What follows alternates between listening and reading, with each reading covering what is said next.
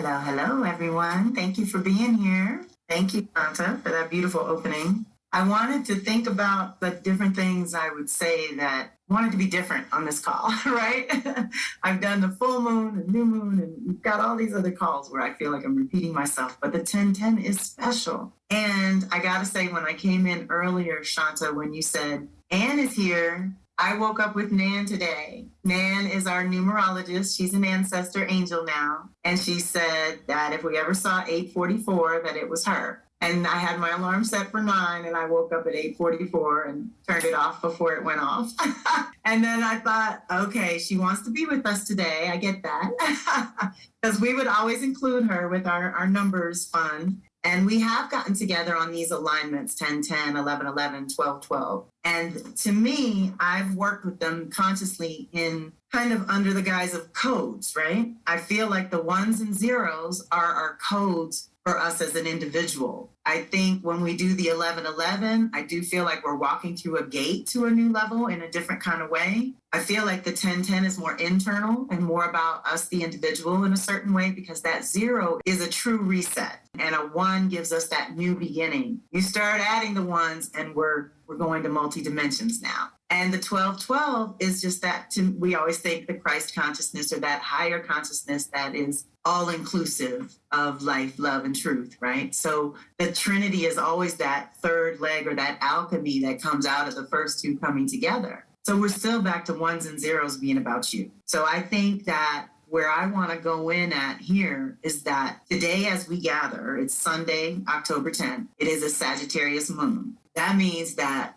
I give everyone permission once a month and once a year to expand their vision as wide as they possibly can, to activate your imagination and call in whatever you can for your own individual next level, right? And this is where I just want you to add that unique essence of yours. That's what Sag is, the energy of all cultures and so much diversity, and bringing all the wisdom from all the different levels of consciousness that we've all been through, right? And this is our evolution. And when we honor it like this by taking a time out, it's like really stepping up. You know, you're showing the universe that you're ready to embody this next level. And we so happen to be on the heels of last night's Venus moon contact in Sag. And our story for the month was Scheherazade. And I don't know how many people know this one. I'm sure Shanta does. But she told 1,001 stories and stayed alive and saved many other lives by activating her imagination and just infusing our own stories with some aspect of your own unique genius. That's what we can call in through our meditation today. We can call in the next level that's best for you and your body, mind, and spirit, not taking on whatever the rest of the world is doing, but only what your system can handle is a lot of what's going on right now. The other thing about Sagittarius is that it's related to Gemini, Sag, and Virgo, Pisces are all the processing aspects of our being. It's how we process mentally, physically, emotionally, and spiritually. And they happen every year before winter, spring, summer, fall. And so we're also still basking in that balance of fall equinox here. So we did this kind of processing before we come into fall, which is more active, and we have to do choices and decisions. And because it's Libra, it usually includes other people, right? So the idea where we're gathering now between the Libra new moon and the Aries full moon is also supportive of you letting go any old identity or purpose that is just run its course. We're not going to make it good, bad, right, or wrong. It's just run its course. And you're ready to reset, or you're ready to claim a higher level in some way, right? So I wanted to talk about the energetic support around our portal, right? So there's so much. That Venus moon contact comes with Juno, which is the divine consort, and how we do partnership. So we're also looking at all the resets going on within us as individuals as clearing space to call in completely new partnerships and communities. So some of you know me and some of you don't, but I have a little mantra about that. And I do it every year around Libra. And lately I've been able to add to them, but we want to call in reciprocal relationships, profitable partnerships, creative collaborations. We want constructive communities was the latest one, and flourishing friendships. So this is what we can do if we can reset ourselves. We don't get all that first. we have to shift our energy. And like she said, frequency is everything. Raise the vibe. I know that I had to do this when I was living in Florida because the humans are not so good, but the nature was amazing. And I had to raise my vibration enough to not believe that the little keyhole I was looking through was the actual reality of the rest of the world. That's not true. Florida's like another planet. So you can't take that as the marker for everything, right? So I remember catching myself in different ways of being depressed or suppressed or oppressed in various ways down there. And some of it's the swamp. It's the heaviness of being so close to the equator, and it's real energetic, right? It's a lot of energy too. But I learned how to raise up out of the muck. Me and the lotus flower got to know each other and rise up out of that and find the nutrient that I needed, right? And so that's another thing that we can reset within ourselves that we know has been reset over 2020 and 2021 is what is quality nutrient now? How do we feed our mind and our body and our soul? And who's been neglected the longest, right? So we might want to invite some support for that today. Any of the messages, or Shanta doesn't always know it, but she's always channeling these ridiculously customized messages for us. And everybody gets a piece that is just for you. You don't even have to know what it is, right? We don't have to know what our new purpose or our new story really is so much as being open to telling it, to being open to activating our imaginations and thinking outside the box, getting away from the box and not what we see in our everyday world maybe, and raising up above it to see maybe how is this useful? You know, I learned a lot. I learned a lot in Florida about nature and humans and human nature. And it was a total education. But I can tell that Colorado Springs is going to be my mountain, my high desert education. And so wherever we are, you know, whether it's where we want to be or not, there is medicine, there is support, there is energetic support. And I do joke about this a lot. Our invisible team is much more available than the humans. So you should call on your angels and ancestors and animal spirit guides to filter everything first or to walk ahead of you. There's ways that we can go into meditation, even just first thing in the morning, like send your higher self out, handle it, you know, move stuff out of the way, please. Help me out. Let's make this day productive and make it what we want it to be, right? So I love that we can have all this supportive energy for resetting ourselves so that any partnership or community that we engage in is of a higher level. So that's another thing we can call in today with our meditation. Now, we are also in a zone of power in a certain way because Mercury's backwards. So this thins the veils. It quiets down some other things because you know they're not working.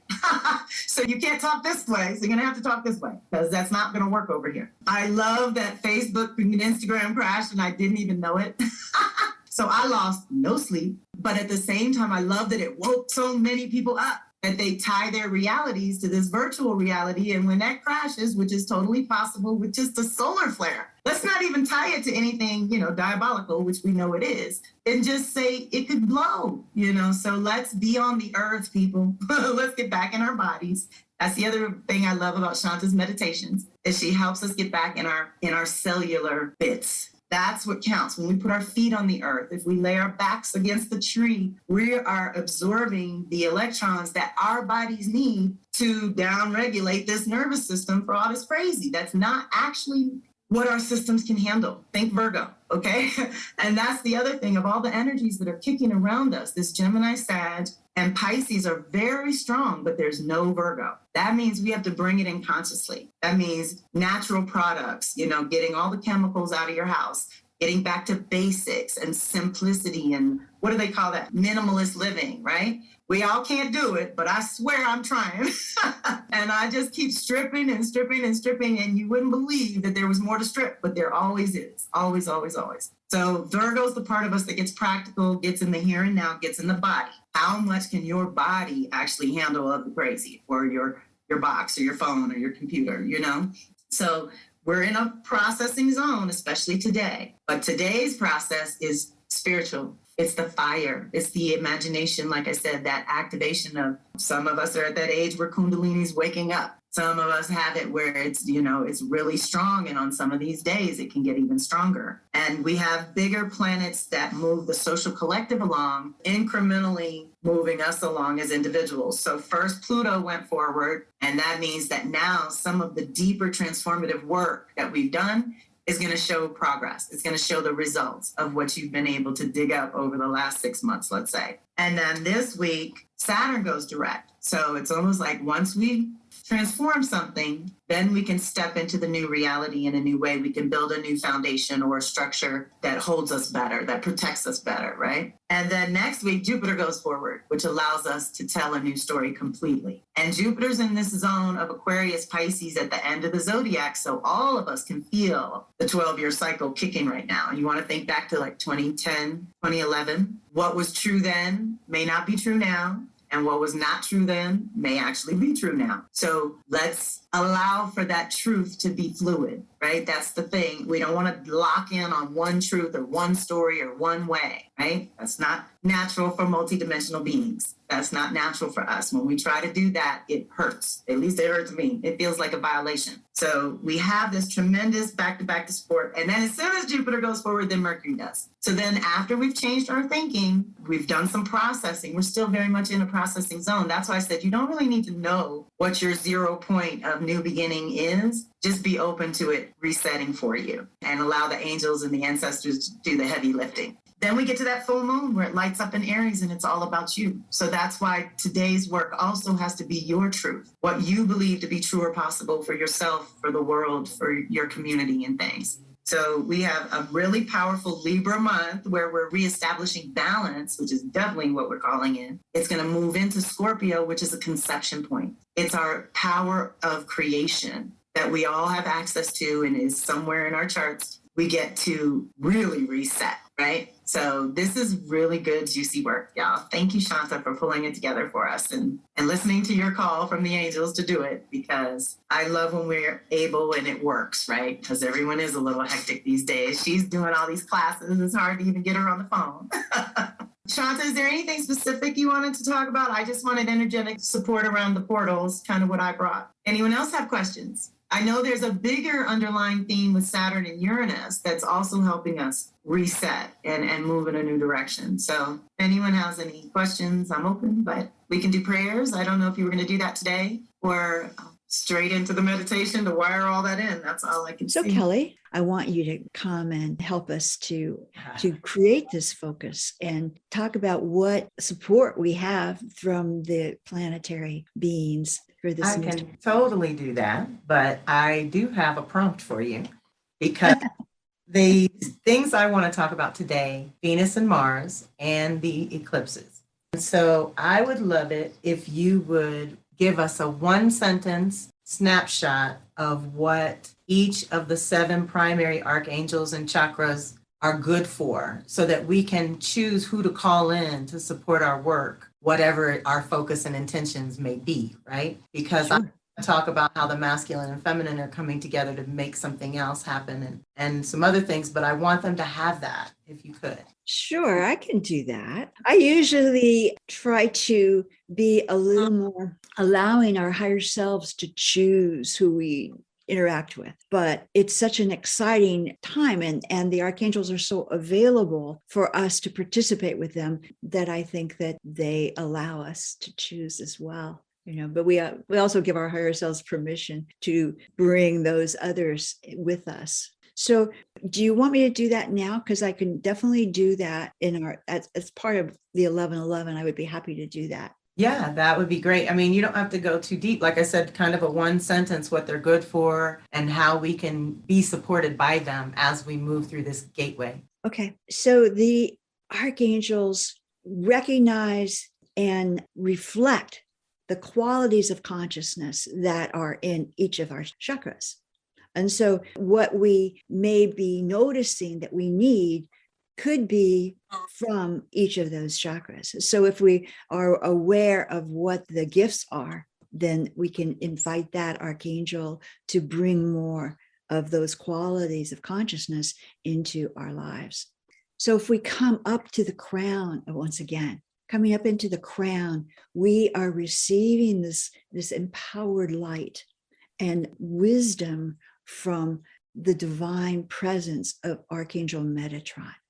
When we are into our third eye, we have the presence and the illumination and the gifts of equanimity, of expanded perception, of inspiration from Archangel Uriel. And he's going to be with us at the gate, I know. Sometimes I get surprised, but I have a feeling on that one. So we also have this ability through our throat chakras. This is where we express our gifts. This is our soul gifts to the world, our creativity. And that's what our throat chakra is there to support us with. So Archangel Zachariel is here to help us express our creativity, our soul gifts in the world. And Zachariel isn't one of those ones that's really well known, but he's very blue. So you can notice that, when you start seeing blue in your meditation, that you might be having a visitation or a gift from Archangel Zachariel at that moment. So bringing this alignment through to our hearts now, our hearts are offering this incredible unconditional love. And it's being activated more today because of the 1111 and the presence of the archangels. So this heart chakra is here to bring unconditional love into the world. It registers divine love, and it is brought forth from Archangel Raphael, who is the angel of healing and love on the earth.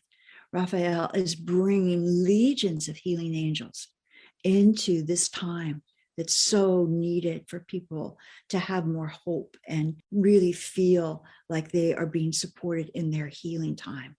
And then we move into our solar plexus. And this is the place where this is our power center. So it's really not surprising that this is where Archangel Michael resides. And Archangel Michael is bringing us this incredible presence of courage and protection and strength. So this is one of those incredible beings that we really need to have a lot of support from at this time. And he is the one that is known to be the archangel that is watching over the birth of the Aquarian age. So he's been designated. And so he's very, very present for us. And then we move down into the Svadhisthana, the second chakra. And in that area, this is where we have a connection to Archangel Gabriel. And Archangel Gabriel is the angel of creativity and supports our intuition and our connection to creative solutions in the world. And so where you may notice that you definitely need a creative solution, Archangel Gabriel would be the one that you would invite in to help you with that. And he also holds this unity consciousness. He is the presence between the polarities, so that there is this essence of truth and unity and allowing of our creativity to be brought forward. And then at the base chakra, we are connecting to Archangel Sandalphon, who is the angel of well-being and strengthening us, comforting us to know and always remember that all our needs are being met with grace and ease. So this is the powerful presence of Archangel Sandalphon, who, you can feel his wings just supporting you in this pure love. So those are our super helpers, and they are really available for this new time. And I invite you to choose and invite whoever you need into your life. Thank you, darling. That was perfect. Thank you for asking.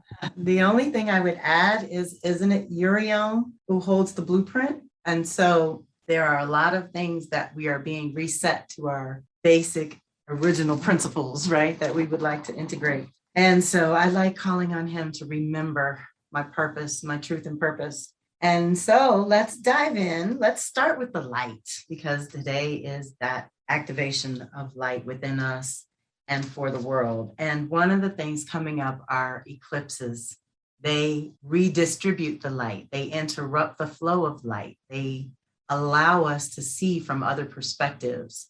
And they give us what I call a break to realign. Because of that interruption, we can interrupt our habitual patterns in a certain way and reset consciously when you know about them, right? And so right now, there are some way bigger themes going on underneath what personal work we might do and add to this gate of power that we're moving through. We are currently in the Scorpio real gate of power and the ancestor time. So I always include the ancestors with these angels. We can call on them as well to assist and support us in our endeavors and our intentions and things. So with eclipses, it's always bringing change. And what we want to do is call in the change that we're really ready for, willing to create space for, and able to really follow through on at this time. And so part of the big changes that have already been going on for the last year or two has been about 18 months of Gemini Sag eclipses, cracking open our consciousness and asking us to elevate our thinking and to think in new ways and different ways. And most of it has affected our home and work and self versus other fundamentals, right? So we've had to shift how we do these very basic one-on-one things, just being here, right? But one of the beautiful things I always say, if nothing's in place, then anything's possible. And so right now, while we're in this reset, we can absolutely call in what we need, honoring the fact that there is a social collective awakening going on, that Gemini Sag energy always comes around. And that happens every year during May, June for Gemini, the end of November, beginning of December for Sagittarius. So we're about to enter this zone. The other thing that's happening with our light is that we have 3 back-to-back super new moon, and one of which is an eclipse. So that means that the alignment with the earth is stronger and the magnetic pull is stronger, and we're feeling things that we may not be able to identify because of the new moon. Means the sun and moon are together, so we can't see it. It's not as much fun as the super full moons that we can see, that come in pretty colors and rest on the horizon and make us feel like we can touch it. But I do think it makes our sunsets bigger and more beautiful. But in our bodies and in our minds and our emotions and things, there's a little bit stronger of a pull during these next 3 lunations. And that would be right now what we're in with Scorpio Taurus. And then we're going to Gemini Sag. And then in the January is going to be Cancer Capricorn.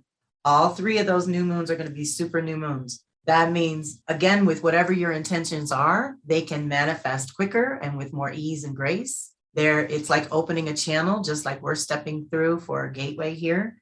The other thing about eclipses and these 3 lunations in particular is that it's not just an annual reset that we would normally go through in November, December, January. This, because of the eclipses, is tying in 10 and 20-year cycles. So basically, we have completed a path between 2002 and 2022. This 20-year path that we've been on has run its course in terms of consciousness and awakening, and it's time to go to the next level with that, right? One of the things that happened this year, too, was Venus retrograding in Gemini. That contributes as well to stirring up our values and priorities. And the language I've used lately is that it expanded our options and opportunities and presented all these ways of thinking we would have never considered pre-2020 or pre-COVID. And now we've sort of been cracked open to have to think in new ways. And what's going to shift from there with these Taurus Scorpio eclipses, which are coming in over the next year and a half, we have to get into embodiment. The same thing is doubling up with the Venus cycle, because she stirred up all these ideas and opportunities and options and different ways of living and alternative living, right? Right now, as of November 5th, went into Capricorn until March 6th. So she's going to spend this whole time in Capricorn, restructuring all kinds of things in our values and priorities. So this has most to do with our roles and responsibilities, our boundaries within the context of our relationships, partnerships, and collaborations. And we, again, are resetting, calling in the new. So we're having kind of like these double layers. Moon is always associated with our emotions and things. Venus, like I said, is our values and priorities and our relationships and finances. All of these things have been stirred up, right? All of them have been tremendously stirred up. But as we shift into November, December, January, we have more access to earth energy, and we're going to be called to make some commitments, to make some choices, to choose some new collaborative people to play with, new partnerships and relationships. Some of you may have heard my Kelly mantra. We want to call in reciprocal relationships, creative collaborations, profitable partnerships, flourishing friendships, and constructive communities. Okay, we see lots of destructive communities. We want to be part of the constructive community. So this is our relationships and collaborations that are getting renewed in a certain way, and it's about to get literal. So again, with all these ideas having to get into containers, or all of the creativity that maybe got activated within you that wasn't grounded and couldn't get grounded, it was really hard. We had all these new ideas and new possibilities, but it was really hard to anchor anything and stabilize it. Now comes the stabilizing energy. So we want to open up to that as well. And know that the intensity is part of it. And if you can remember back, the zone that we're in, that is major crossover, is basically the last time we were here was around 2013. And if you go back further, around 2003. So if you can feel that crossover time where you were awakened to much creativity and new belief systems and new possibilities for yourself, and then had to commit or choose or ground something or embody and express it in a whole new way for yourself. Those years stirred all that up again. And so what I always call people's attention to is the thread of continuity. The things that were going well during those years, you want to duplicate or deepen your dedication. And the things that did not go the way you wanted them to, of course, we don't want those to circle back.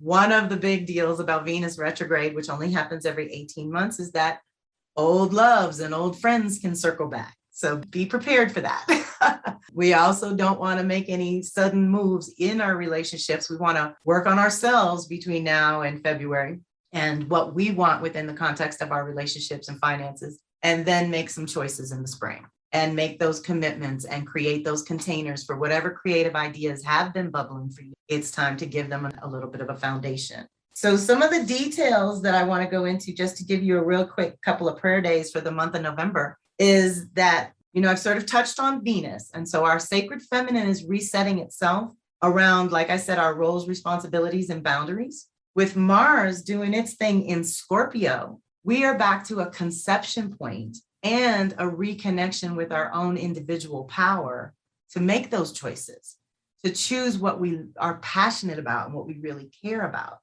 Mars is also our sacred masculine, and that is the part of us that can get our ideas in the world, negotiate on our behalf, and hold good boundaries. So if the feminine can define what those good boundaries are, the masculine can enforce it, right? And that is all within us, men and women. We all have both. So this is our power to create anything. We bring masculine and feminine together to create anything. So it's even more juicy that Venus is in Capricorn, asking us to get our values and priorities around our fundamentals and our basic priorities right now for home and work and food and shelter. And when I say basic, I mean basic, very basic.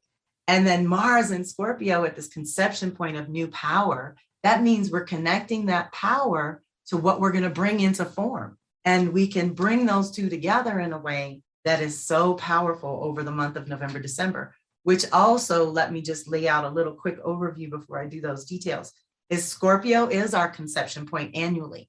This is when we go back to zero and we conceive the new year and we sort of compost the old year. We let go of all the debris or the waste or the non-essential in Scorpio time. And that would be 2021 for us right now as we conceive 2022. When we move into Sag next month, we get to expand the vision. Right now, we're consulting with the soul. We're going within. In Sag, we're going to come into our consciousness and into our beliefs and what we believe to be true or possible for ourselves.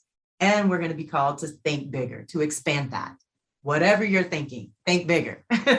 There's no two ways about it. We always limit ourselves and leave room for spirit and the angels to help, right? So this or something greater, this or something better. You can ask for what you want, but always leave that wiggle room for spirit to bring in something even better that you couldn't even imagine. And so if we work the soul piece in and we work the consciousness piece in, when we get to Capricorn in January, that's when we can really create something solid and kick off the new year in a certain kind of way. We are building each month by month. And so for November, just yesterday, November 10th, Mars linked up with Saturn in a way that is challenging us to grow out of our comfort zone and into new territory. But one of the things about Both Jupiter and Saturn are in Aquarius right now, which is very rare. Jupiter's only there every 12 years. Saturn's only there every 30. So that's very special. Last time we had Jupiter there was 09. So if you can remember anything about the awakening and expansion of your creativity and your community, would have been 2009. And I know Shanta and I were together live in person in those years. So that was fun. We did expand our community in big ways. But what's happening is Jupiter's our truth and Saturn's our purpose. And Mars is kind of squaring off with both of them, and they're bookending all this energy in between.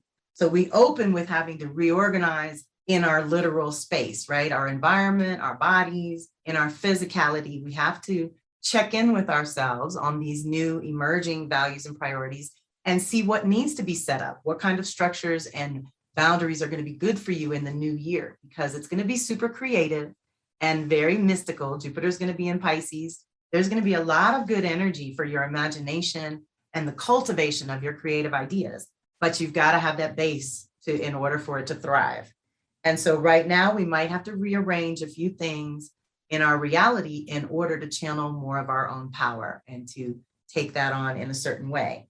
As we move on, so our reality kind of has an adjustment, and then Uranus and Taurus across from Mars and Scorpio is like cracking open again, with that awakening of consciousness of your unique brilliance, of your unique genius, bringing that into full embodiment because of that Taurus piece, right? And one of the things Shanta was talking about earlier too, I wanted to follow up on, is what I think Uranus and Taurus is doing. It's helping us upgrade our body, like the frequency within our body, because we are electrical beings, we're electromagnetic beings, and Earth's frequency has more than doubled in recent years. And so in order for us to keep up and stay grounded and stay in our human bodies, we have to kind of have this rewiring of our electrical system that Uranus is doing for us.